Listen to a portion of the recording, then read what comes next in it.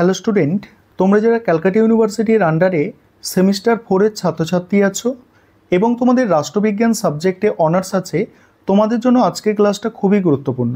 আজকের ক্লাসে তোমাদের ডিএসসিসি 5 পেপারের একটি গুরুত্বপূর্ণ প্রশ্নের উত্তর নিয়ে আলোচনা করব। প্রশ্নটা হচ্ছে, ভারতের রাজনীতিতে আঞ্চলিকতাবাদের উদ্ভবের কারণ আলোচনা করো। এই প্রশ্নটা তোমাদের 10 নম্বর বা 20 নম্বরের জন্য খুবই গুরুত্বপূর্ণ, এমনকি তোমাদের 5 নম্বরেও পরীক্ষায় দিতে পারে। একটা মোস্ট ইম্পর্টেন্ট প্রশ্ন।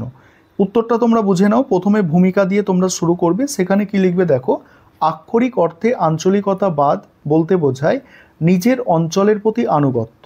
কোনো রাষ্ট্রের অধিবাসীরা একটি জাতীয় ভূখণ্ডে বসবাস করে, স্বাভাবিক কারণে সেই রাষ্ট্র বা জাতীয় ভূখণ্ডের প্রতি আদিবাসীদের একটা টান বা আকর্ষণ থাকে। যেমন ভারতীয়দের ভারতবর্ষের প্রতি একটা আকর্ষণ আছে, আবার রাষ্ট্রের মধ্যে বিভিন্ন অঞ্চল বা ছোট ছোট ভৌগোলিক এলাকা থাকে, তাদের নিজস্ব ভাষা বা সংস্কৃতি থাকতে পারে। স্বাভাবিক কারণে সেখানকার মানুষেরা সংস্কৃতিগত, ভাষাগত বা গোষ্ঠীগত কারণে তাদের অঞ্চলের প্রতি এক বিশেষ আনুগত্য দেখায়। অঞ্চলের প্রতি এই বিশেষ আনুগত্যকে বলে আঞ্চলিকতাবাদ। এবার বলা হচ্ছে দেখো, আঞ্চলিকতাবাদ উদ্ভবের কারণ। এখানে প্রথমে হচ্ছে আঞ্চলিক রাজনৈতিক দলের ভূমিকা। প্রথম পয়েন্ট, আঞ্চলিক রাজনৈতিক দলের ভূমিকা। আঞ্চলিকতাবাদের উদ্ভবের পেছনে আঞ্চলিক রাজনৈতিক দলের ভূমিকা গুরুত্বপূর্ণ। স্বাধীনতা লাভের পর জাতীয় রাজনীতিতে কংগ্রেস দলের ব্যাপক প্রাধান্য ছিল, নেতৃত্ব ছিল বলিষ্ঠ, তাই আঞ্চলিক শক্তিগুলি মাথাচাড়া দিতে পারেনি। কিন্তু কংগ্রেস দল দুর্বল হয়ে পড়ায় এবং নেতৃত্বের ঘাটতি দেখা দেওয়ায় আঞ্চলিক দল গড়ে উঠতে থাকে।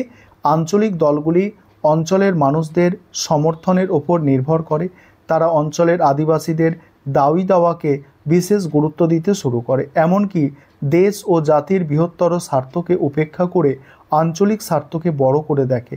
এই কারণে জনগণের মধ্যে আঞ্চলিক উন্মাদনা দেখা দেয়, আর এই মানসিকতা আঞ্চলিকতাবাদের জন্ম দিয়েছে। পরের পয়েন্ট হচ্ছে সংবাদপত্রের ভূমিকা। আঞ্চলিকতাবাদের উদ্ভবের ক্ষেত্রে সংবাদপত্রের ভূমিকাকে অস্বীকার করা যাবে না। বিভিন্ন আঞ্চলিক ভাষায় সংবাদপত্র প্রকাশিত হয়।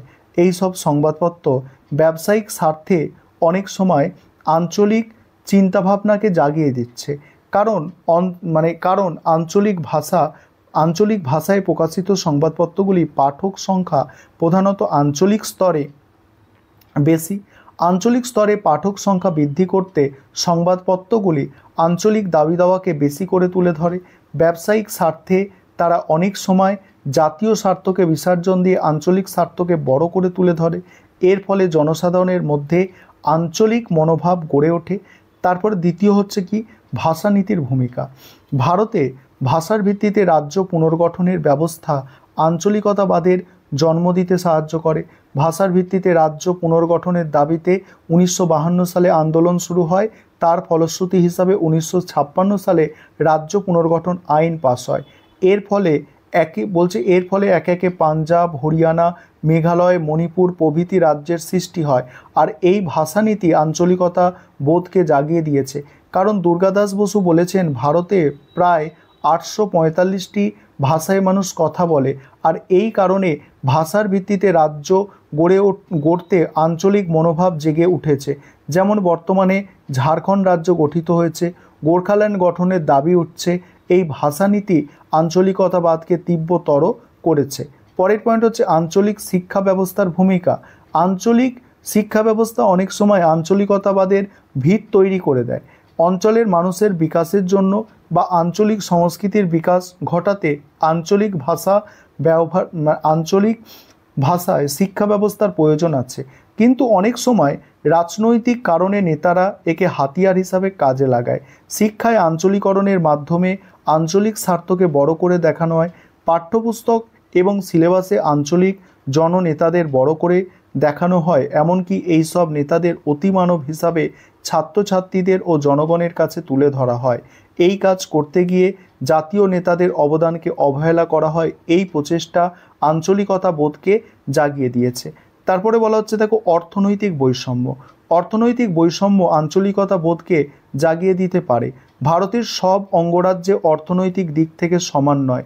কেন্দ্র অর্থনৈতিক পরিকল্পনা গ্রহণ করলেও কোনো কোনো অঞ্চলের অধিবাসীরা নিজেদের বঞ্চিত বলে মনে করে। এই অবস্থায় তারা অর্থনৈতিক বৈষম্যের অবসান ঘটাতে আঞ্চলিক চেতনায় উদ্বুদ্ধ হয়। এর ফলে আঞ্চলিকতাবাদ পরিপুষ্ট হয়ে ওঠে। এবার মূল্যায়নটা আলোচনা করব। একটা বিষয় এখানে বলে নিই, তোমাদের জন্য অনলাইন কোচিং ক্লাস চলছে। তোমরা যারা পেড ব্যাচে অ্যাডমিশন নিতে চাইছো বা স্টাডি মেটেরিয়াল পারচেস করতে চাইছো, নিচের দেওয়া নম্বরে যোগাযোগ করতে পারো। এবার মূল্যায়নে কি বলা হচ্ছে দেখো, ভারতের মতো বিভিন্ন ভাষা, ধর্ম ও সংস্কৃতির দেশে আঞ্চলিকতাবাদকে বন্ধ করা যাবে না। আঞ্চলিকতাবাদের ইতিবাচক দিক আদৌ দোষের নয়। প্রত্যেক অঞ্চলের সংস্কৃতির বিকাশ করার অধিকার ও দাবির মধ্যে কোনো অন্যায় নেই, কিন্তু এর নেতিবাচক দিক জাতীয় সংহতির পক্ষে ক্ষতিকারক। তবে বর্তমানে আঞ্চলিক দলগুলি রাজ্যের শাসন ক্ষমতা দখল করায় অনেকটা দায়িত্বশীল হয়ে উঠেছে। এমনকি তারা কেন্দ্রীয় সরকারের শরিক হবার সুযোগ পাচ্ছে, জাতীয় স্বার্থ চিন্তায় অংশীদার হচ্ছে। ফলে সমগ্র আঞ্চলিকতা বোধ অনেকটা কমে যাচ্ছে। তবে সংকীর্ণ আঞ্চলিকতাবাদের হাত থেকে দেশকে রক্ষা করতে গেলে আঞ্চলিক দলগুলিকে আরও বেশি করে ইতিবাচক ভূমিকা নিতে হবে। ঠিক আছে, এই ছিল তোমাদের একটি গুরুত্বপূর্ণ